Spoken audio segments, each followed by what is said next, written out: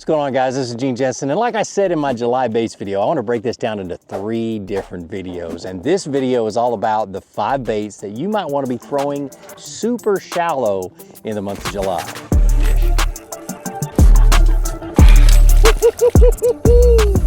All right, so number 1 is a bait that you can cover a lot of water with shallow, be it in any kind of cover or even if there's no cover at all.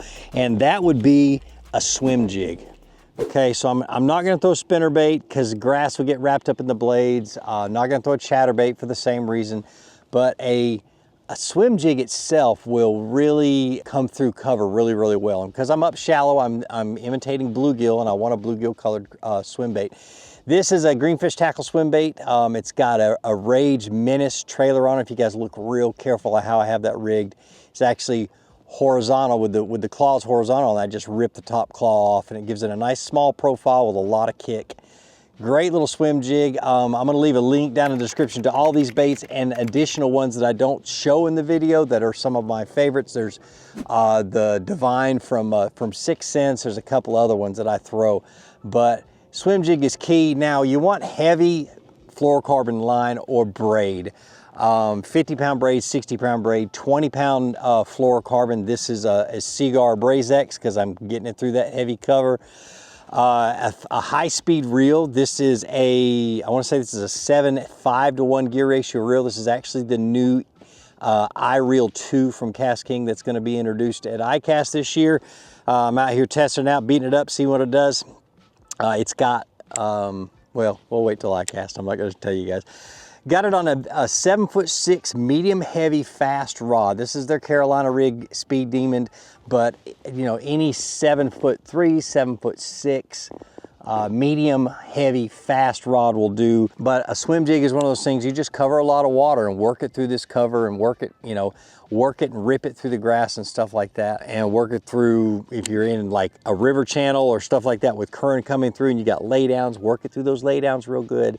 Just a dynamite bait. So why super shallow? Why are the bass shallow in July? I mean, it's hot, the water temperature is high, and where do I find them when they are shallow? So number 1 is grass, live grass. So when grass is getting sunlight, or when submerged vegetation is getting sunlight, it puts off oxygen through photosynthesis.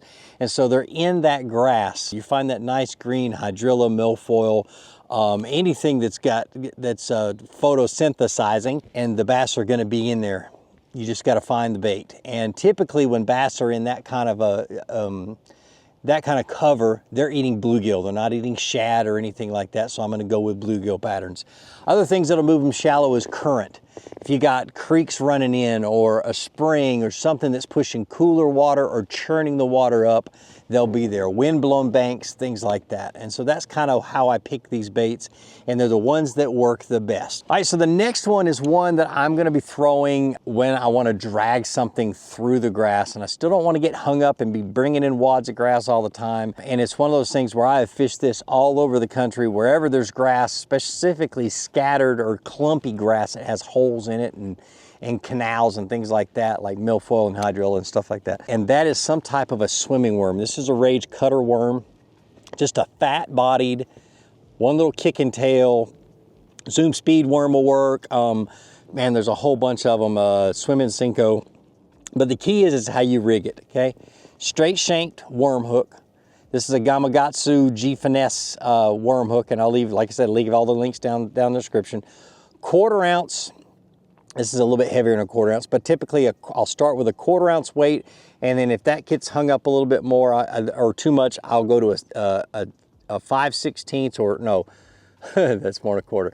I'll go to an 1/8 or even a 1/16 ounce and just slowly drag it through the grass. You don't want too heavy of a weight. You don't want one that sinks down into the grass. You want to be able to basically just drag it over top of all that grass and let it fall down in those holes. I always peg it. This is a 6 cents peg. I always peg it down just like that, and you're just going to drag it and swim it and hop it through that grass. And like I said, the lighter the sinker, the less likely you are to get it hung up in that grass. Now, line, you're in that thick grass again. 15, 17, 20-pound test fluorocarbon, same thing, a Braze X. High-speed reel, or a 7 or an 8-speed reel. This is the MegaJaws. This is my workhorse reel. But the rod is a little bit different. I like a medium extra fast, or I like a medium heavy moderate rod. I just seem to not, I just seem to get a lot more fish in the boat when I do that. You can go with a medium heavy fast if you want to.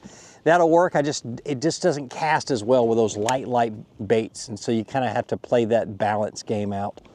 But it's a fun bait to fish, and like I said, I have fished it all over the country, and when there's grass and it's scattered and it's shallow, I drag the sucker through there. Green pumpkin or black and blue are my main colors. Other than that, I don't typically throw any other color. But anyway, let's get on to the next bait. All right, so not all lakes have grass. And so what you're looking for, let me adjust my seat, I'm leaning up too far. What you're looking for is you're looking for current. So along creek channels or river channels, or where there's current flowing through, like on Gunnersville, I'd be fishing those bluff walls with the river channel running up against it.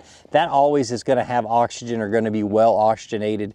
And you're gonna have laydowns and stumps and things like that, probably not so much grass. And the bite can be tough. And so I'm gonna go with something real finessey.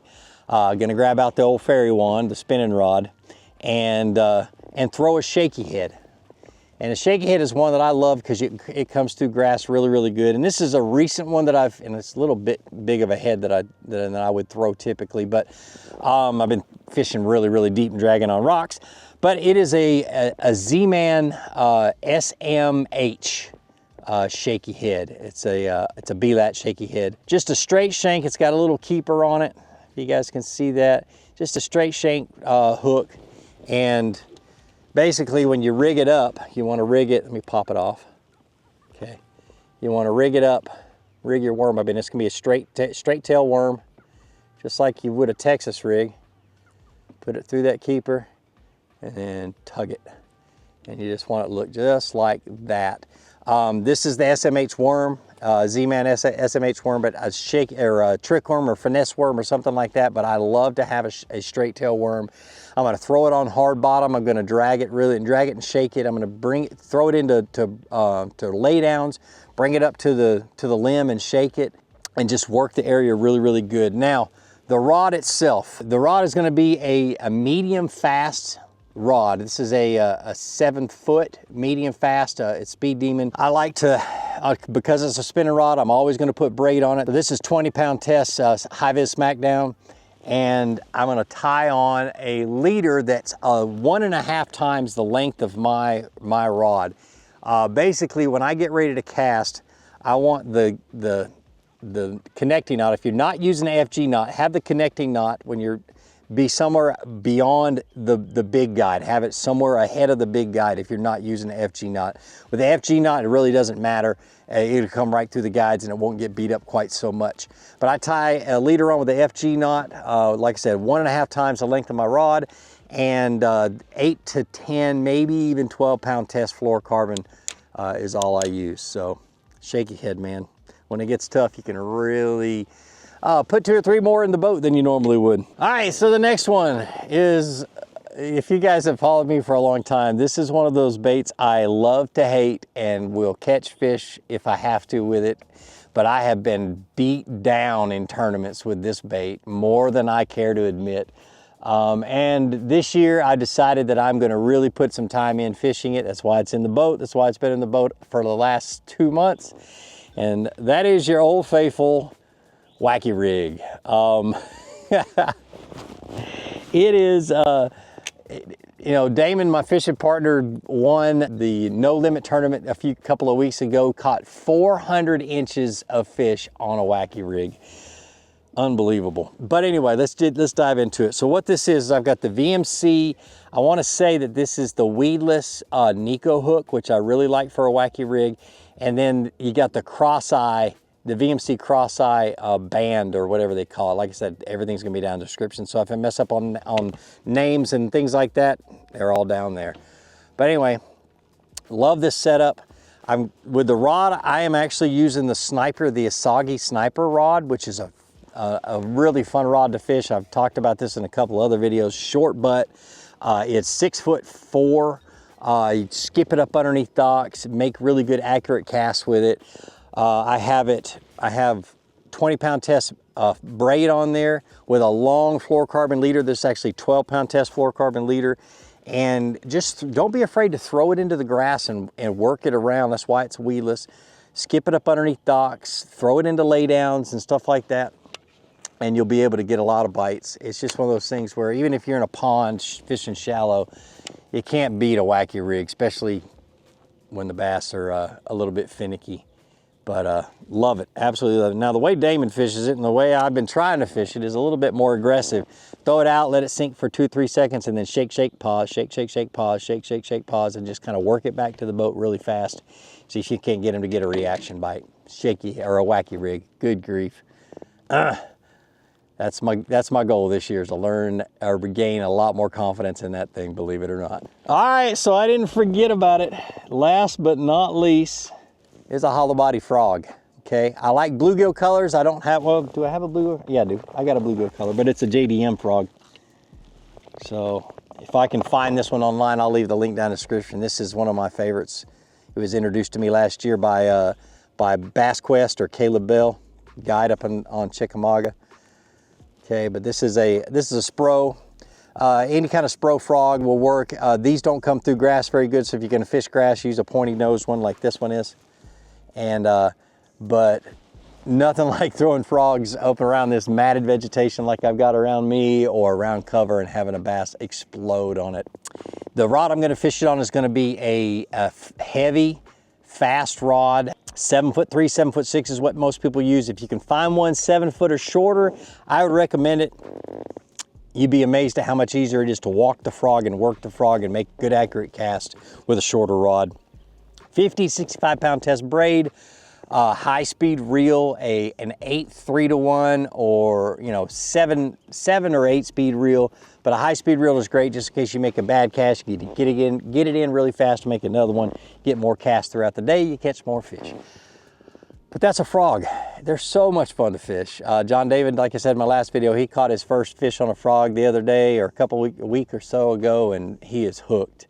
And you will be too if you ever catch a fish on a frog. But anyway, that's it. That's 5 baits, shallow in July. Well, like I always say, be sure to introduce somebody to fishing. Introduce them to my channel. Let me help you teach them how to fish. More importantly, get out on the water, go out and catch some fish, and have a great day. We'll see you.